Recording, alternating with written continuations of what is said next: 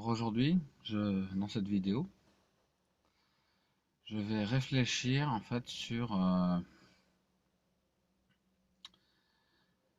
notre précieuse chance. Donc,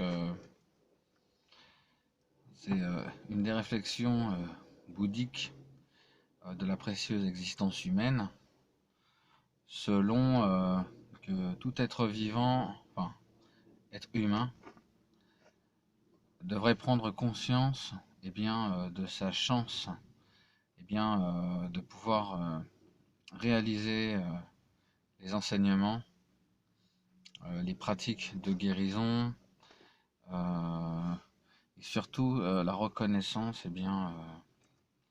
de sa véritable nature. Puisque il est vrai que quand on réalise sa véritable nature, il y a un changement radical qui s'opère, dans le sens où on trouve une véritable direction. On sait que c'est une voie juste, puisque dans le fond, quand on le réalise, ça transforme tout. Donc, je me suis intéressé à toutes ces réflexions, comme la souffrance, l'impermanence, la mort, le karma, et dernièrement les blessures. Donc, en fait, on devrait commencer par les blessures, sachant que tout être vivant a des blessures, et que finalement nous n'avons pas conscience de nos blessures. Donc, nous avons cette chance justement de pouvoir guérir ces blessures. Et, et en même temps, nous devons prendre conscience que la souffrance, quand elle est vécue, c'est pas d'un point de vue de la réalité, c'est pas personnel. C'est-à-dire que quand on souffre, on se considère les seuls à souffrir. Alors que peut-être que dans nos moments de difficulté, peut-être que quelques millions de personnes éprouvent aussi la souffrance. Donc déjà le fait de se considérer le seul à souffrir, déjà c'est une source de très grande souffrance justement, puisque elle ne nous permet pas de sortir de ce cercle vicieux qu'est la victimisation. Donc quand on a des moments de souffrance, de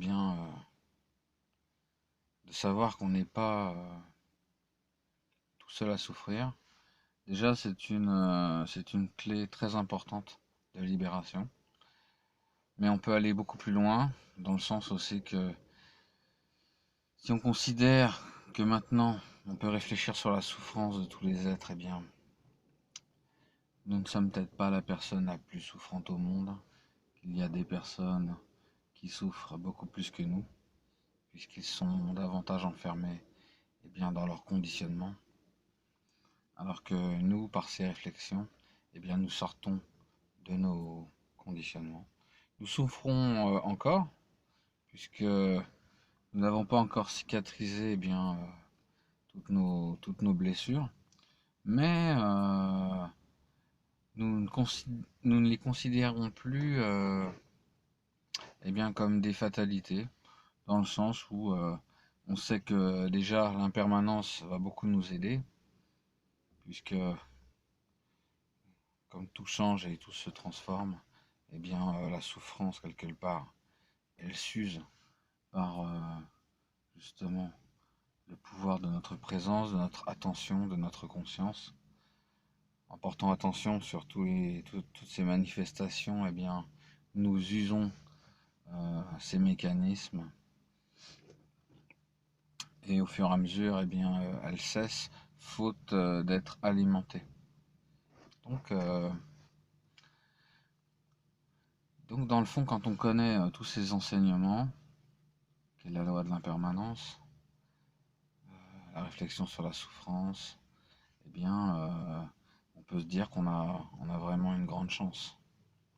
Quand on réalise sa véritable nature, nous, nous- nous ressentons véritablement cette chance, et là, quelque part, nous remercions la vie, en fait, de vivre ça, tout simplement. De savoir que c'est vraiment quelque chose de véritablement merveilleux de réaliser sa nature. Et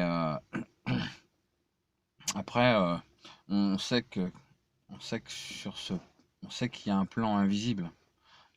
Quand on réalise sa véritable nature, nous réalisons que voilà,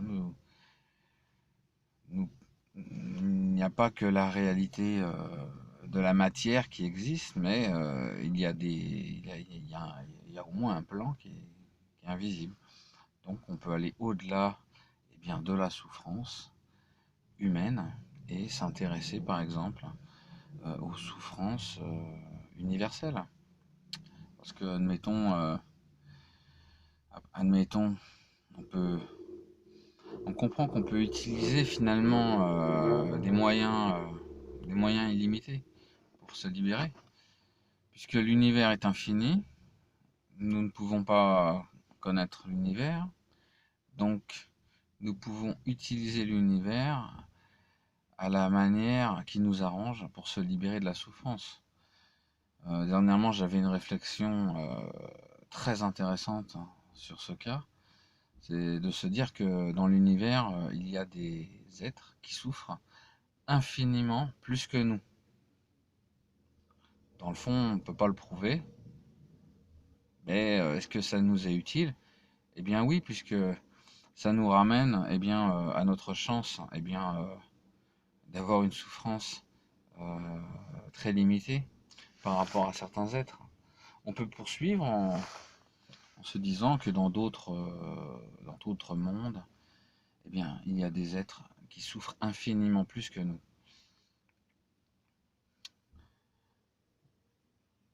Nous ne sommes peut-être pas la seule planète avec de la vie intelligente. Nous ne sommes peut-être pas la seule planète avec des gens qui souffrent. Donc, on met toute cette réflexion à notre avantage. Il y a d'autres dimensions. Donc, dans d'autres dimensions, il y a probablement des êtres qui souffrent infiniment plus que nous. Donc là, on touche d'autres plans et voilà. Donc ces réflexions sur la souffrance, ça permet de se dire que voilà, je suis pas le seul à souffrir, je suis pas le plus souffrant.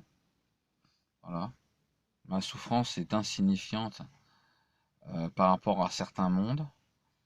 Alors c'est vrai que pour quelqu'un de très cartésien, euh, ça peut paraître bizarre, mais quand on va au bout de sa pratique spirituelle, quelque part on ne peut plus voir la vie comme avant, hein, de manière cartésienne, puisqu'on réalise qu'il y a un plan invisible, quelque chose qu'on ne pouvait pas voir auparavant. Donc ça change toutes les perspectives sur notre cheminement.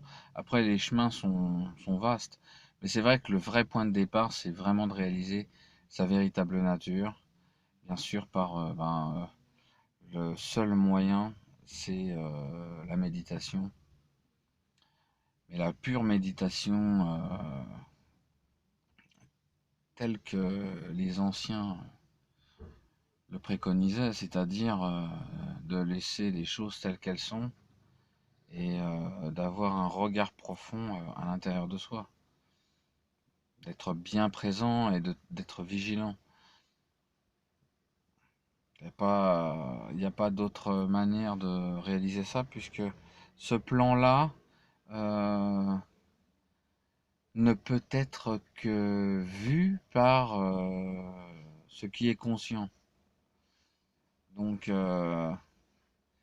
c'est-à-dire qu'il n'y a aucune autre pratique, c'est une pratique de conscience, tout simplement, de conscience à conscience. La conscience qui se voit dans le miroir. Et il n'y a que la méditation qui permet cette réalisation. Et comme disait Philippe Cornu, eh bien, il n'y a pas besoin d'avoir purifié tous ces conditionnements pour réaliser sa nature. Ce qui est certain, c'est que ça va se recouvrir et que il faudra être régulier dans sa pratique de manière à se familiariser bien pour être vraiment soi-même ce que l'on est. Et en soi, eh bien, nous avons de la chance. Voilà.